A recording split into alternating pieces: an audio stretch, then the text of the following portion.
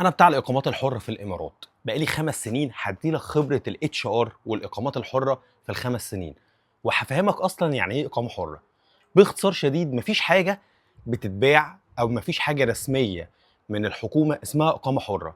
هنا انواع التاشيرات هي تاشيره سياحه بتدخل بيها، او لو انت عندك شركه فهي تاشيره مستثمر، او ان انت عندك اقامه ذهبيه، او ان انت عادي واحد زي اي واحد زي ملايين الناس او الاف الناس، موظف جوه شركه، فالشركه عامله له اقامه عشان يشتغل عندها.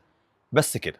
مفيش بقى اي حاجه خالص اسمها اقامه حره. الاقامه الحره هي عباره عن واحد بيروح يفتح شركه وهميه ما لهاش نشاط او ليها نشاط، بس الدوله قايله له خد عين 10، حاجه اسمها كوتا، عين 10 موظفين. هو عين 5 بس، فاضل عنده 5 تانيين، بدأ يطمع، قال ابيع اقامات. يجيبك يقول لك تعالى هعمل لك اقامه مدتها سنتين، وده الطبيعي لاي اقامه اصلا في الدنيا، هي مدتها سنتين لو انت داخل الدوله عادي، او لو منطقه حره بيبقى 3 سنين، مش هنتكلم عليها اصلا دي. في الاخر هي زيها، نفس اللي بيسري هنا نفس اللي بيسري هنا. لو اتعمل لك اقامه مدتها سنتين، فانت كده اتعمل لك عشان تشتغل عنده.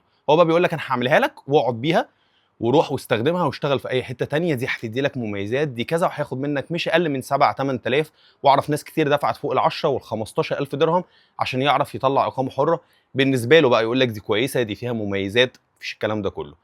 ايه اللي هيفيدك او ايه اللي هيفرق لو انت باحث عن عمل معاك اقامه حره او معاك فيزا سياحه؟ كل اللي هيفرق باختصار شديد ان انت هتقدر تفتح حساب بنكي. تمام. الشخص اللي جاي بفيزا سياحه ما يقدرش يفتح حساب بنكي، بيبقى محدود في حاجات كتير. ما يقدرش طبعا هو يطلع دفتر شيكات، ما يقدرش ان هو يروح يستأجر بيت او منزل او ايا كان، علشان هو ما عندوش هوية إماراتية، ما عندوش دفتر شيكات. ما يقدرش ان هو يشتري عربية مثلا بالتقسيط او بتسهيلات، ما يقدرش يعمل الكلام ده كله.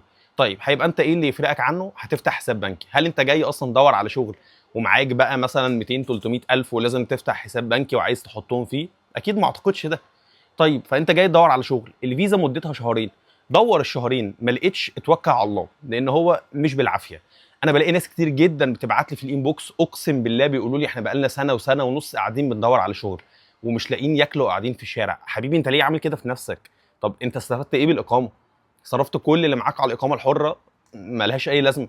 طيب يعني ايه سنه وسنه ونص؟ مش قادر اتخيل الرقم. انت قاعد بتدور على شغل، كان زمانك نزلت مصر، ربنا مثلا وفقك في حاجه هناك، ما لقيتش هنا خلاص. طول ما انت قاعد هنا عندك مصروف، عندك ايجار، عندك اكل وشرب، عندك نت، عندك فواتير تليفونات، عندك بنود مصروف كتير جدا. لو انت قاعد السنه ونص دول في مصر ما كنتش هتصرف الكلام ده. فانت بتيجي هنا ربنا يكرمك خلال الشهرين، ما لقيتش توكل على الله. طيب معاك فلوس ومقتدر، اطلع جدد الفيزا بتاعتك السياحه، روح عمان، روح البحرين، ارجع مصر وارجع تاني يوم، او اقعد لك اسبوع يا سيدي وارجع تاني وكمل بحث عن عمل. شهرين كمان ما لقيتش، روح شهرين كمان، 6 شهور، خلاص. انت ادرى بقى بالفتره الزمنيه بتاعتك. طيب مين المفروض يجي ويعمل بقى اقامه على البلد على طول من غير ما يلاقي شغل؟ شخص جاي عايز يقعد يستقر، يبقى بقى فريلانس، واحد شغال رايق من اللابتوب، عايز يقعد هنا في الدوله بشكل محترم ويعمل شغل اونلاين، يقدر يقدم على فيزا اسمها فريلانس فيزا، او يروح يفتح شركه ويبقى هو يعني المالك للشركه، فاقامته هتبقى على الشركه كاقامه مستثمر، مش اكتر من كده. يقدر يفتح حسابه البنكي ويشتغل بشكل قانوني 100%، مش بتاعت واحد خالص جاي بقى يدور على عمل.